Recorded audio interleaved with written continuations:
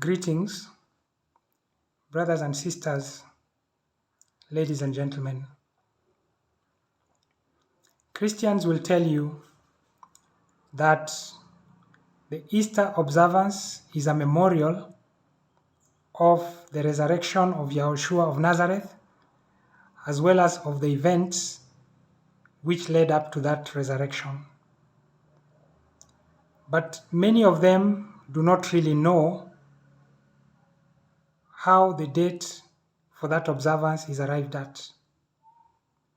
Virtually none of them can explain why the date for Easter Sunday always falls on the Sunday immediately following the first full moon after the spring equinox.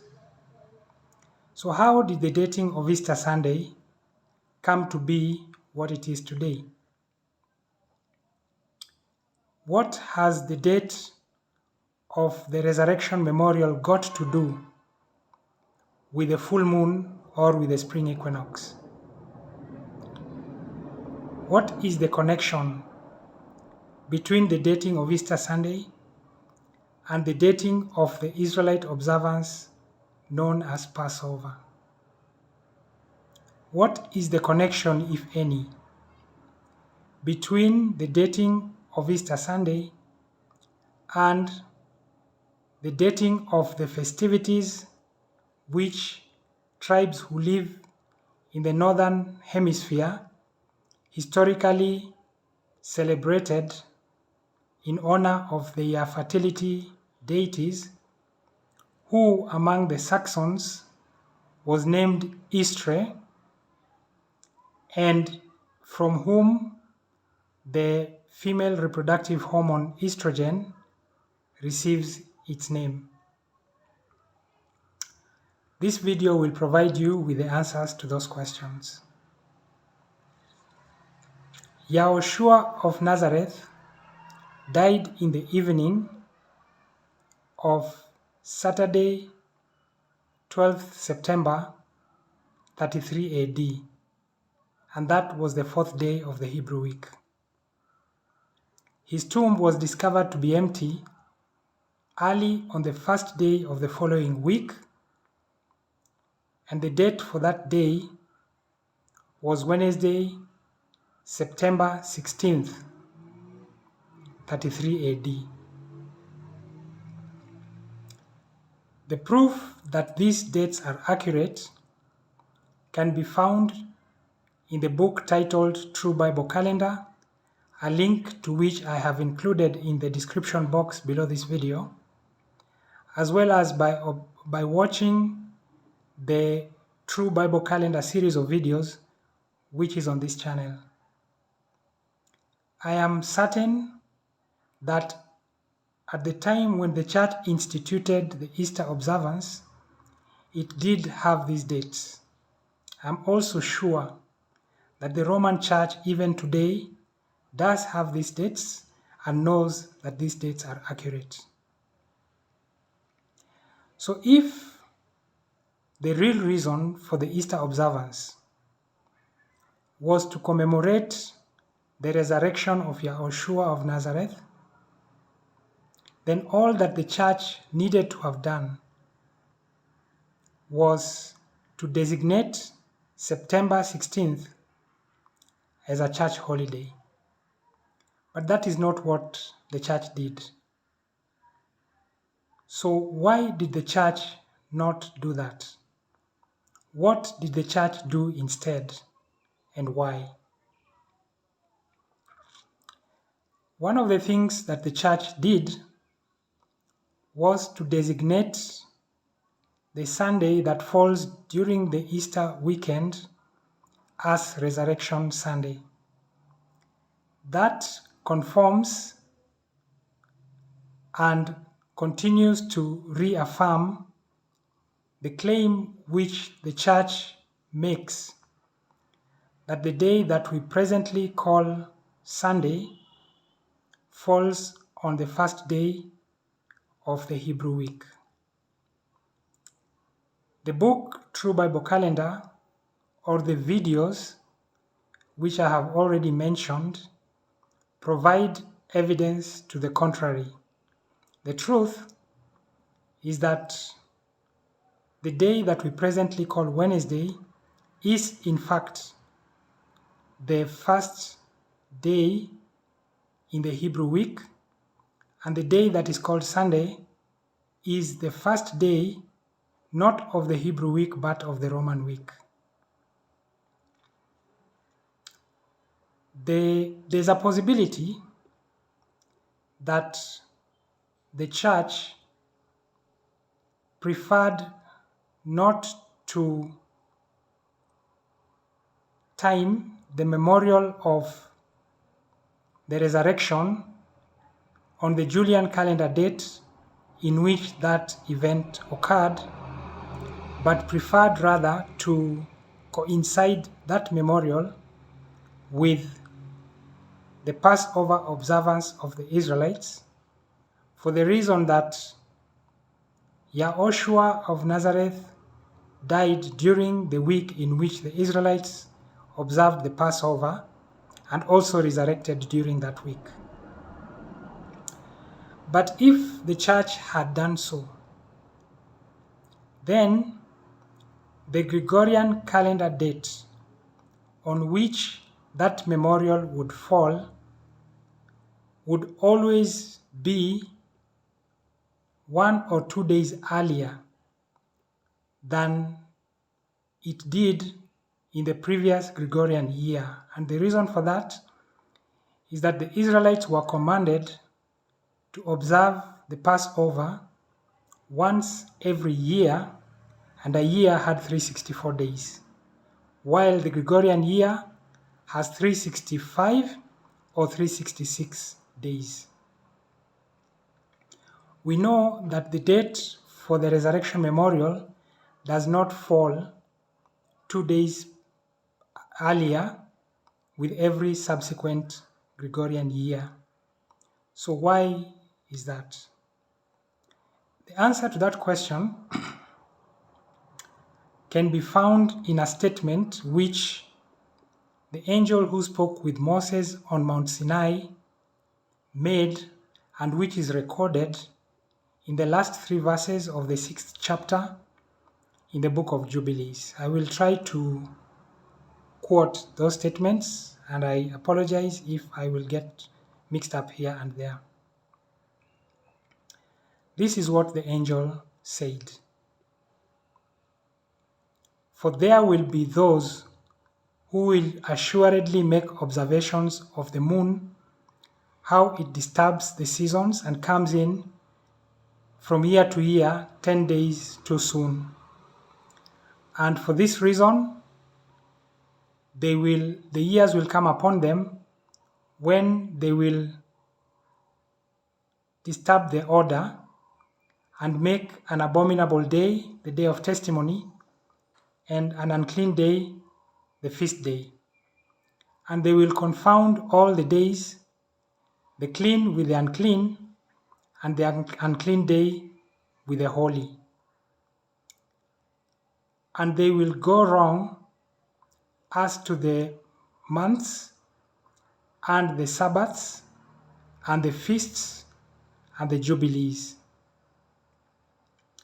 Therefore I command and testify that you may testify to them, for after your death your children will disturb them, and will not make the year 364 days only. And for this reason they will go wrong as to the new months and the seasons and the Sabbaths and the festivals. And they will eat all kinds of blood with all kinds of flesh. So the church did in fact choose to schedule the memorial of the resurrection to coincide with the Israelite observance of the Passover, except that they coincided it with the observance of the Passover as dated using what is today called the Jewish or sometimes the Hebrew calendar. That calendar is based on observations of the moon, exactly as the angel said would happen after the death of Moses. And exactly as the angel said, calendars which are based on the observations of the moon would cause the Israelites to go wrong as to the timing of the Sabbaths, of the Jubilees, of the seasons, of the feasts, and of the months. And therefore, the church chose not only to commemorate the resurrection on the wrong day of the Hebrew week, but also at the wrong time of the year based on their choice to go with a calendar which was already recorded to be in error. It appears though that to be right was not the biggest priority of the church at that time. What appears to have been more important is that the Jewish calendar, the New Year's Day of the Jewish calendar, always fell at or near the spring equinox. Later on in this video, it will become clear why that was so important to the church. The Jewish calendar the Jewish New Year's Day, or the New Year's Day on the Jewish calendar, did not fall at or near the spring equinox by itself. It was made to do so through some adjustments which its Jewish administrators introduced to the calendar from time to time for that purpose. Those adjustments were necessary for the following reasons. The Jewish calendar designates as 1 month the time period from one new moon to the next. That period is of the same duration as the period of time known as a lunation. That has two important implications which are relevant for the discussion we are having. The first is that the writings of the ancient Israelites indicate that the number of months in a year is 12.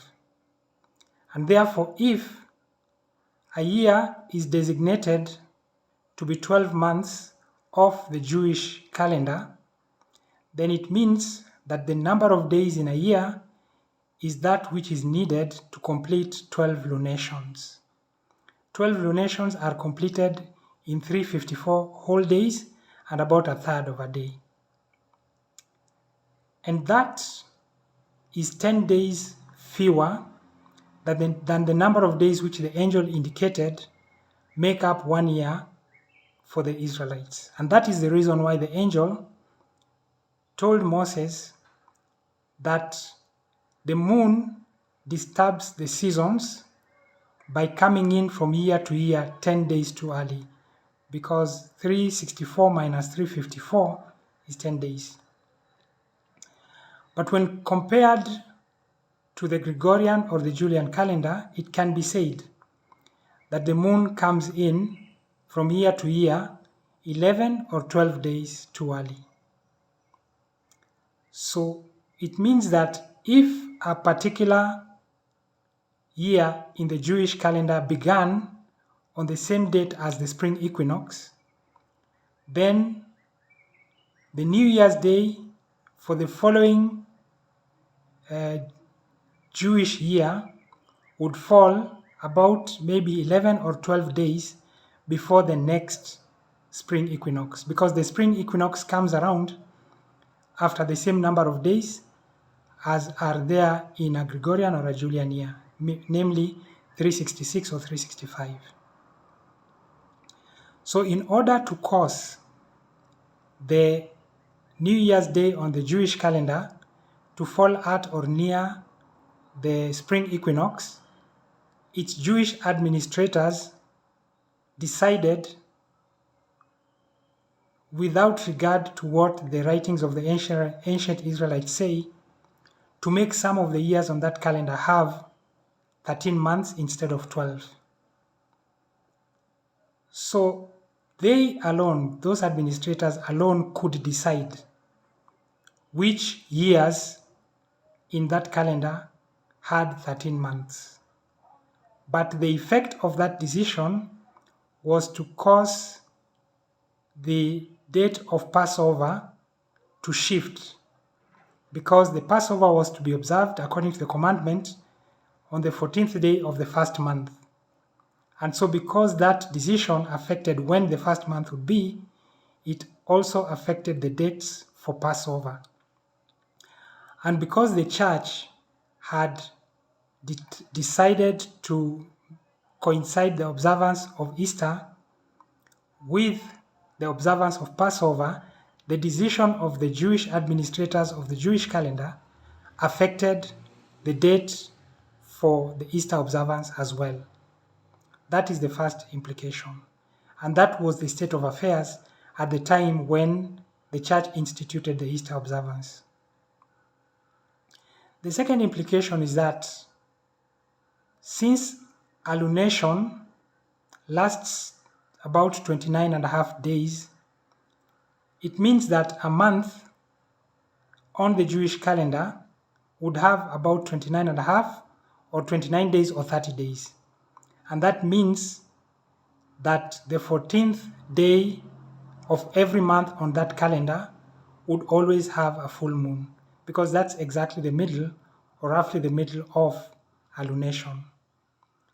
So if the Passover observance during which Yahushua of Nazareth died was scheduled using the Jewish calendar as the church claims it was, then it means that he died shortly after or during the full moon, because he died on the 15th day of the first month and came back to life on the early, he was discovered to have left his tomb early on the 19th day of that month. And that is why or how the new moon came to feature on the dating of Easter Sunday, because it had to occur after the full moon. So in the course of time, the Christians' relationship with the Jews fell apart, and the Christians did not want anymore that their observance should depend on an action by the Jews that affected their calendar. So they made the simple observation that the New Year's Day on the Jewish calendar, when averaged over a long enough period, actually falls on the spring equinox. And therefore, if they started their count of days to the Easter observance from the date of the spring equinox, then it would almost be equivalent to basing that date upon the New Year's Day on the Jewish calendar. And so subsequently the church decided that the Easter observance will take place not earlier than the spring equinox, but not later than the first, but also not earlier than the first full moon after the spring equinox. So the observance would be made after the spring equinox and after the first full moon following that spring equinox. And it had to be made on a Sunday, because the resurrection purportedly occurred on a Sunday. And that, ladies and gentlemen, is the history behind the decision, the dating of Easter Sunday on the first Sunday following, the Sunday immediately following the first full moon after the spring equinox. I hope this has been helpful for you. Thank you so much for your time and attention, and have a great day. Bye-bye.